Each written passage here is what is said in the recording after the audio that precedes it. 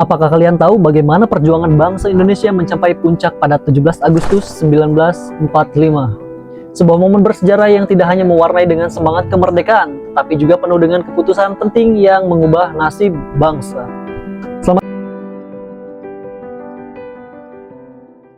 Selamat datang teman-teman, selamat datang kembali. Pada kesempatan kali ini ingin mengajak kalian untuk sedikit merenung dan melihat kembali bagaimana peristiwa besar yang terjadi sekitar kurang lebih 78 tahun yang lalu yang mengubah arah bangsa Indonesia. Mungkin saya akan menjelaskan 5 segmen penting yang menguraikan proses proklamasi kemerdekaan yang dilakukan oleh Soekarno dan Hatta, mulai dari latar belakang hingga dampaknya. Oke, kalau gitu kita akan memahami lebih dalam bagaimana kedua tokoh ini berperan dalam mewujudkan kemerdekaan yang kita nikmati hari ini. Jadi jangan kemana-mana, tetap di sini di Storytelling Zan GM.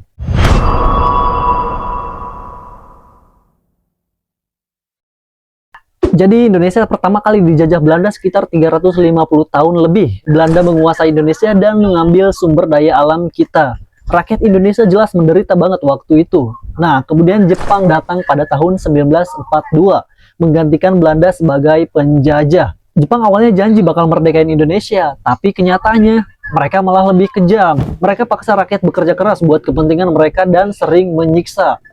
Tapi walaupun Jepang menindas, mereka juga nggak sepenuhnya menutup ruang untuk orang Indonesia berpartisipasi dalam pemerintahan gitu.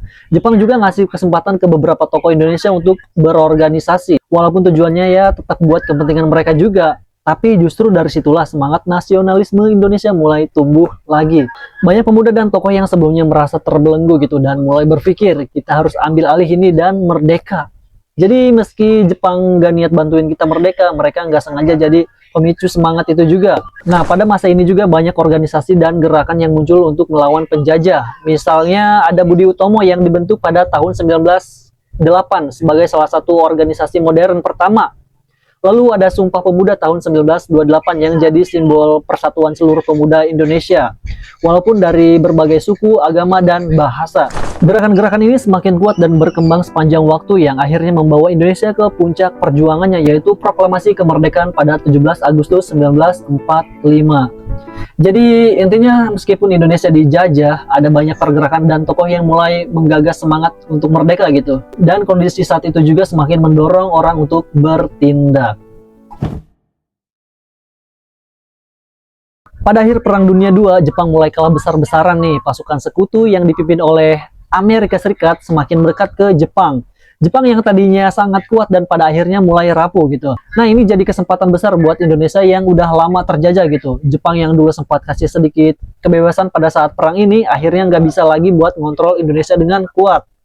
Nah, pada saat kondisi Jepang yang mulai lemah, para tokoh nasionalis Indonesia seperti Soekarno, Hatta, dan yang lainnya mulai bergerak buat meraih kemerdekaan gitu. Mereka nggak mau Indonesia kembali jatuh ke tangan Belanda atau penjajah lainnya. Maka dari itu mulai banyak pertemuan di antara mereka untuk membahas bagaimana cara mengatur kemerdekaan. Dan ada juga yang berjuang di balik layar, misalnya Sultan Syahrir dan Ahmad Subarjo yang memainkan peran besar dalam diplomasi politik saat itu. Nah, setelah Jepang mulai terlihat kalah, mereka akhirnya membentuk Panitia Persiapan Kemerdekaan Indonesia atau yang disingkat PPKI. Ini adalah langkah pertama yang dilakukan Jepang untuk menyerahkan kedaulatan kepada Indonesia. Soekarno dan Hatta diangkat sebagai ketua dan wakil ketua PPKI. Walaupun PPKI sebenarnya hanya semacam badan yang diberi wewenang untuk mempersiapkan kemerdekaan Indonesia aja gitu. Bukan untuk langsung mengumumkan kemerdekaan. Tapi disinilah Soekarno dan Hatta mulai punya kesempatan besar untuk merumuskan langkah-langkah kemerdekaan. Nah, pada saat ini Soekarno dan Hatta mengambil langkah berani nih. Mereka mulai merencanakan bagaimana Indonesia bisa mengumumkan kemerdekaannya tanpa bergantung pada keputusan Jepang gitu. Soekarno dengan kemampuan oratorisnya dan Hatta dengan diplomasi politiknya yang berhasil merumuskan teks proklamasi yang sederhana tapi bermakna. Selain itu, tokoh lain dalam perumusan proklamasi di luar Soekarno dan Hatta ada juga tokoh-tokoh lain gitu yang berperan penting seperti Ahmad Subarjo yang menjadi mediator antara Soekarno-Hatta dengan pihak Jepang. Ada juga tokoh-tokoh seperti Muhammad Hatta yang sangat mendukung keputusan untuk merdeka secepatnya. Tanpa kerjasama mereka semua ya mungkin proklamasi Indonesia bisa jadi tertunda gitu. Jadi buat bagian ini intinya adalah meskipun Jepang sedang lemah, para tokoh Indonesia memanfaatkan kesempatan itu untuk menyiapkan kemerdekaan Indonesia. Mereka bertindak cepat dan efektif dengan merancang langkah-langkah agar proklamasi kemerdekaan bisa terjadi. Teks proklamasi Indonesia itu sangat singkat, tapi punya makna yang dalam. Begitu Soekarno membaca teks di depan rumahnya di Pegangsaan Timur nomor 56 Jakarta pada pukul 10 pagi, seluruh rakyat Indonesia mendengarkannya dengan penuh harapan gitu. Proklamasi tersebut berbunyi, ya kalian juga pasti tahu, kurang lebih seperti ini. Proklamasi kami, bangsa Indonesia. Nah, kalimat pertama ini menegaskan bahwa Indonesia sudah merdeka dan bahwa segala hal yang berhubungan dengan pemerintahan akan diatur segera gitu. Nah, proklamasi ini adalah pernyataan kemerdekaan Indonesia yang menggambarkan kebebasan dari penjajah gitu. Secara garis besar, tujuan proklamasi adalah yang pertama menegaskan kemerdekaan Indonesia. Indonesia sudah merdeka dan tidak lagi bergantung pada penjajah Jepang atau Belanda. Yang kedua, menyampaikan pesan ke dunia. Proklamasi juga menjadi pesan resmi untuk dunia bahwa Indonesia telah mengambil langkah untuk merdeka, meskipun saat itu dunia internasional belum sepenuhnya mengakui kemerdekaan Indonesia gitu. Dan yang ketiga, menghimpun rakyat untuk bersatu. Proklamasi mengajak seluruh bangsa Indonesia untuk bersatu dalam mengisi kemerdekaan dan membangun negara yang merdeka. Nah, di dalam teks proklamasi ini bukan hanya karya Soekarno semata, meskipun ya ia yang membacakannya. Soekarno dan Hatta bersama dengan tokoh-tokoh lain seperti Ahmad Subarjo, Sultan Syahrir, dan lainnya gitu, yang berusaha merumuskan teks yang sederhana tapi tepat. Nah, Soekarno sendiri yang menulis naskah proklamasi, sedangkan Muhammad Hatta banyak berperan dalam membahas dan menyempurnakan teks tersebut. Nah, Soekarno dan Hatta bersama dengan beberapa tokoh lainnya seperti Sukarni dan Latif Hendraningrat. Mereka bekerja keras buat merumuskan teks ini. Meskipun teksnya singkat, proklamasi ini menjadi simbol persatuan dan kebebasan bangsa Indonesia. Jadi proklamasi itu adalah langkah pertama yang sangat penting dalam perjalanan sejarah Indonesia gitu. Meskipun singkat, teks tersebut menjadi pengakuan resmi bahwa Indonesia sudah merdeka dan siap menghadapi tantangan besar sebagai negara yang baru lahir.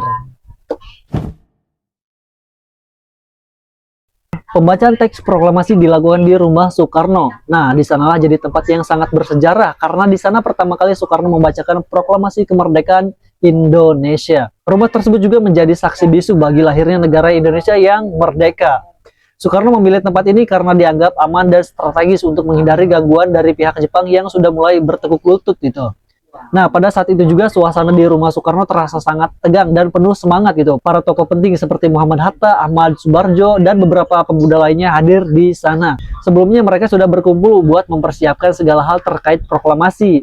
Nah, persiapan ini termasuk memfinalisasi teks dan memastikan bahwa pembacaan proklamasi berjalan dengan lancar gitu. Nah, dalam pembacaan teks tersebut, Soekarno membacakan teks proklamasi, sementara Hatta berdiri di sampingnya. Hatta adalah saksi sejarah yang mendampingi Soekarno dalam momen penting tersebut. Meskipun tidak langsung berbicara dalam pembacaan proklamasi, namun peran Hatta sebagai wakil presiden pertama Indonesia itu sangat besar. Karena ia ikut serta dalam mempersiapkan segala hal yang terkait dengan kemerdekaan dan meyakinkan pihak-pihak terkait tentang pentingnya proklamasi ini gitu. Selain Soekarno dan Hatta, beberapa tokoh lainnya seperti yang sudah disebutkan tadi yaitu seperti Sukarni, Latif Hendraningrat, dan lainnya yang ikut menyaksikan pembacaan proklamasi. Mereka juga yang mendampingi proses persiapan hingga pembacaan proklamasi berlangsung. Pada saat itu juga suasana di sekitar rumah sangatlah mengharukan dan rakyat Indonesia yang ada di luar sana merayakan kemerdekaan dengan semangat yang membara gitu. Nah, proklamasi ini membawa harapan baru bagi seluruh bangsa Indonesia yang udah lama terjajah. Nah, setelah itu bendera merah putih yang menjadi simbol kemerdekaan mulai dikibarkan buat menandakan Indonesia benar-benar telah merdeka. Tapi meskipun proklamasi sudah dibacakan, reaksi dari pihak Jepang sebenarnya udah cukup tenang gitu, meskipun mereka sempat kebingungan dan terkejut. Jepang yang saat itu sudah kalah di Perang Dunia II tidak bisa berbuat banyak. Sementara itu di dunia internasional juga mulai memberikan perhatian, meskipun pengakuan terhadap kemerdekaan Indonesia baru datang setelah beberapa tahun. Namun yang jelas proklamasi ini menandakan bahwa Indonesia udah siap berdiri sebagai negara merdeka. Jadi intinya pembacaan proklamasi pada tanggal 17 Agustus 1945 itu bukan hanya acara formal, tapi juga jadi simbol dari perjuangan panjang rakyat Indonesia buat bebas dari penjajah. Setelah proklamasi kemerdekaan pada 17 Agustus 1945, Indonesia tidak langsung diakui oleh dunia internasional, terutama Belanda yang masih menganggap Indonesia sebagai bagian dari koloni mereka dan berusaha untuk kembali menguasai Indonesia. Meski sudah memproklamasikan kemerdekaannya, Indonesia harus melalui perjuangan diplomatik yang panjang agar dunia internasional mengakui kemerdekaannya gitu. Salah satu langkah pertama yang diambil oleh pemerintah Indonesia setelah proklamasi adalah berusaha mendapatkan pengakuan dari negara-negara besar. Pemerintah Indonesia mengirimkan delegasi ke berbagai negara dan mencoba untuk meyakinkan mereka bahwa Indonesia sudah merdeka dan berhak mengatur nasibnya sendiri gitu. Nah, salah satu upaya besar dalam diplomasi ini adalah melalui perundingan dengan Belanda yang berlangsung cukup lama gitu. Seperti yang terlihat dalam perundingan-perundingan yang dilakukan oleh Soekarno dan Hatta bersama tokoh-tokoh Indonesia lainnya. Nah, di tengah perjuangan diplomasi, Indonesia mendapatkan dukungan dari beberapa negara sahabat yang mendorong pengakuan kemerdekaan Indonesia gitu. Negara-negara seperti Mesir, India, dan beberapa negara Arab memberikan dukungan kepada Indonesia. Dukungan internasional ini sangat penting karena memberikan tekanan kepada Belanda buat mengakui kedaulatan Indonesia. Nah, setelah berjuang melalui perundingan yang cukup panjang dan berdarah-darah gitu, akhirnya pada 27 Desember 1949, Belanda secara resmi mengakui kemerdekaan Indonesia melalui Konferensi Meja Bundar atau KMB. Nah, dalam KMB ini Belanda dan Indonesia sepakat bahwa Indonesia menjadi negara yang merdeka gitu. Dan Belanda menyerahkan kedaulatan sepenuhnya kepada Indonesia. Pengakuan internasional ini menjadi titik puncak perjuangan diplomasi Indonesia dan menjadi momen penting dalam sejarah kemerdekaan Indonesia. Pengakuan internasional ini tidak hanya menandai berakhirnya penjajahan Belanda gitu, tetapi juga memperkuat posisi Indonesia di mata dunia. Dengan pengakuan tersebut, Indonesia mulai mendapatkan keanggotaannya di berbagai organisasi internasional seperti PBB dan dapat berpartisipasi aktif dalam urusan global. Pengakuan ini juga menjadi dasar bagi Indonesia buat memperkuat stabilitas politik dan ekonomi dalam membangun negara yang merdeka. Jadi meskipun Indonesia memproklamasikan kemerdekaannya pada 17 Agustus 1945, pengakuan internasional baru benar-benar terwujud setelah perjuangan diplomatik yang panjang dan penuh tantangan gitu. Pengakuan ini sangat penting bagi Indonesia karena membuka jalan bagi Indonesia buat menjadi bagian dari komunitas internasional dan memulai perjalanan sebagai negara yang merdeka dan berdaulat. Nah, seperti itulah cerita dari perjuangan Soekarno dan Hatta yang memproklamasikan kemerdekaan Indonesia, teman-teman. Jadi kita sebagai rakyat Indonesia yang hidup di era sekarang gitu, yang sudah enak, yang serba canggih, kita harus lebih menghargai dan mengingat perjuangan-perjuangan para pahlawan Indonesia. Nah, oke teman-teman, sampai di sini saja ya untuk cerita ini. Kurang lebihnya mohon maaf dan sampai jumpa di video berikutnya.